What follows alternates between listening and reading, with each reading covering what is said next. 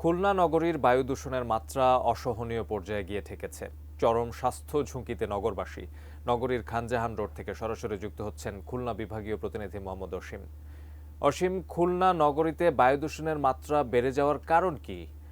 আপনি কি মনে করেন সংশ্লিষ্ট কর্তৃপক্ষের আসলে কোন দিকে নজর দেওয়া উচিত?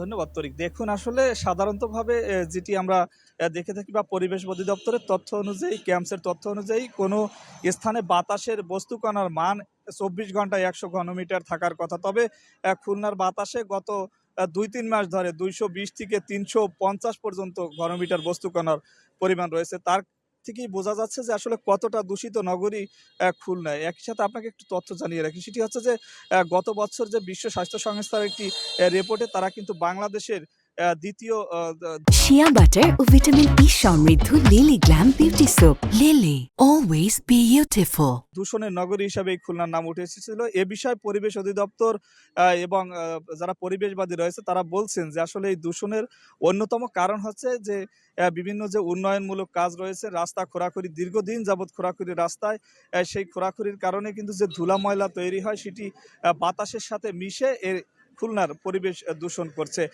তবে তারা বলছেন যে খুলনা সিটি কর্পোরেশন বা স্থানীয় সরকারের যে আইন রয়েছে সেই আইন অনুযায়ী কিন্তু এটি বাস্তবায়ন করছে না। অর্থাৎ তাদের আইন অনুযায়ী, স্থানীয় সরকারের বিভাগের আইন অনুযায়ী প্রতিদিন কিন্তু এ সমস্ত স্থানে ৪ বার পানি ছিটানোর কথা। তবে তারা দিনে একবারও পানি ছিটায় না। সে কারণে কিন্তু এই দূষণের মাত্রা খুলনার দিন দিনই বেড়েই যাচ্ছে। এ থেকে পরিত্রাণের উপায় হচ্ছে এ সমস্ত উন্নয়নমূলক কাজে যেন স্থানীয় সরকারের নিয়ম অনুযায়ী মেনে করা হয়।